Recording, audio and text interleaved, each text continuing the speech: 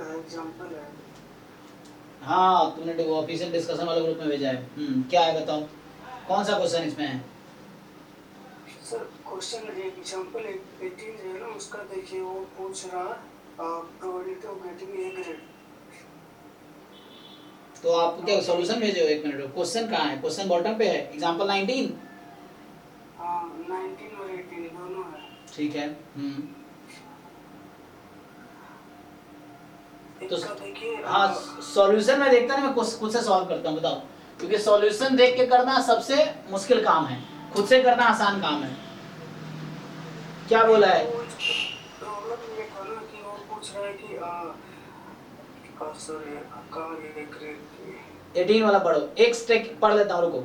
X is taking up subject math physics chemistry in examination, his probability of getting grade A in this subject are this. तो mathematics में grade A आएगा, इसकी probability 0.2 है। Physics में grade A आएगा, इसकी probability 0.3 है। Chemistry में ग्रेड आएगा, इसकी प्रोबेबिलिटी 0.5 है। और his probability of getting grade in this, तो find the probability that, हाँ बोलो। सर ग्रेड ए आएगा सब में, इसका तो मल्टीप्लाई हो जाएगा तीनों का। हाँ तो वही उसका सेकंड देखिए, ग्रेड ए ही नो ऑब्जेक्ट, तो अगर नो ऑब्जेक्ट कोई नहीं होगा तो 1 माइनस भी तो हो जाएगा टोटल जो ये होगा।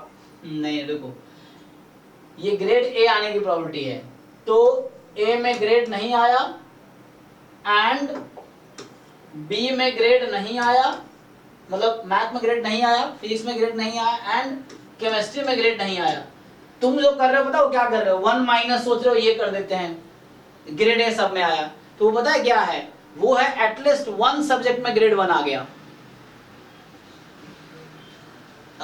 एक मिनट, नहीं वो आया कि और सारे सब्जेक्ट में ग्रेड 1 नहीं आया, तो मतलब कम से कम, हाँ मतलब ये समझ लो कि ऑल सब्जेक्ट में नहीं आया। या तो इसको क्या समझोगे, या तो एक सब्जेक्ट में या 2 सब्जेक्ट में या किसी में नहीं। तो वो एग्जैक्टली नहीं है जो पूछा जा रहा है, तुम्हें मैथमेटिकली समझना है। हाँ बोलो। अच्छा तो वो मैं ये समझ रहा था दोनों सेम है, अगर ऐसा नहीं है तो एग्जांपल 19 का एक और आप देखो ये एक्चुअली ऐसा होगा, समझो जो तुम समझ रहे हो वो ये कर सकते हो तुम, मैं ये कहना चाह रहा था तुमसे। सो अगर ये है ना तो इसको ऐसे कर सकते हो। तुम क्या कर रहे हो, तुम इसको ऐसे लिख रहे हो 1 minus probability of m intersection p intersection c, जो कि गलत है। तुम ये सोच रहे हो एक्चुअली। ओके सर, एक और 19 का देख लीजिए, कंफ्यूज कर रखा है। ठीक है, 19 जो है इसमें बोला है कि अ machine operates if all of its 3 component function. देखो एक मशीन काम करेगी अगर तीनों कंपोनेंट काम करते हैं, तो इस तरह के मशीन को हम सीरीज कहते हैं। ये है, ये मशीन तब काम करेगी जब इसके तीनों कंपोनेंट काम करेंगे, कंपोनेंट 1, कंपोनेंट 2, कंपोनेंट 3। तो ये सीरीज सिस्टम बोलते हैं इसको। Component operate if all 3 component function, तीनों काम करेगा तभी सिस्टम काम करेगी। The probability that first component fails during the year is 0. तो ये फेल होने की प्रोबेबिलिटी बता रहा है, ठीक है ना, फेल होने की। तो probability this fails, probability first component fails वो दे रखा है, सेकेंड कंपोनेंट फेल्स ये दे रखा है, थर्ड कंपोनेंट फेल्स ये दे रखा है। So what is the probability that machine will fail during the year? अब समझो इसको, ये 1/4 था, ये 10 है और 0.05 पूछा गया है। The probability that machine will fail during the year.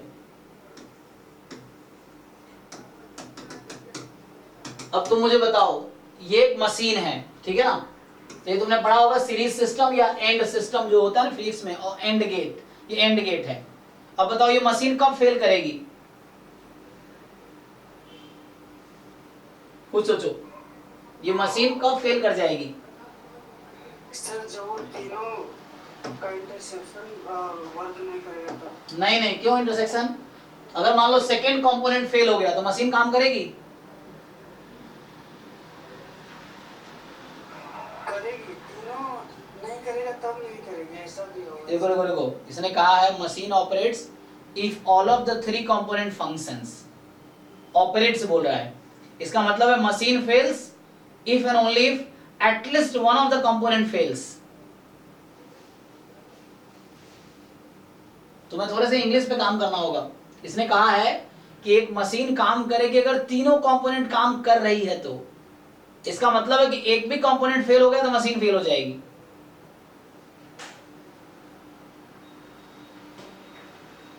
समझो पहला लाइन क्या लिखा है, फर्स्ट लाइन क्या है, पढ़ो उसको ठीक से। What is first line, English वाला पढ़ो first line. A machine operates if all of its three component functions. अब सोचो, नहीं, बाकी लाइन की जरूरत ही नहीं है। इसने तुम्हें दिया है कि मशीन काम करेगी अगर तीनों कंपोनेंट काम करे तभी काम करेगी। अब सोचो एक कंपोनेंट फेल हो गया तो मशीन काम करेगी या नहीं करेगी, ये पूछ रहा हूं तुमसे। नहीं। हाँ ये तो लास्ट में पूछो, लास्ट में क्या कह रहा है, मशीन विल फेल, तो मशीन कब फेल करेगी, जब एटलीस्ट वन नहीं करेगा। Yes, at least one component fail. तो इनिशियली तुम क्या कह रहे थे यहाँ पे कि सारे कंपोनेंट फेल हो जाएंगे, क्यों सारे होंगे, एक भी फेल होगा तो मशीन फेल हो जाएगा। हाँ सर, अब क्लियर है सर। ये है, तो यहाँ एक्चुअली ऐसा हो गया कि at least one component fail, so if union यूनियन मतलब first component fail, second component fail and third component fail, ये निकालना है तुम्हें। इसी को कॉम्प्लीमेंट में लिखोगे तो ऐसा हो जाएगा, वन माइनस इसका कॉम्प्लीमेंट, इसका कॉम्प्लीमेंट एंड इसका कॉम्प्लीमेंट, इसको बोलते हैं डी मॉर्गन्स लॉ। ये है,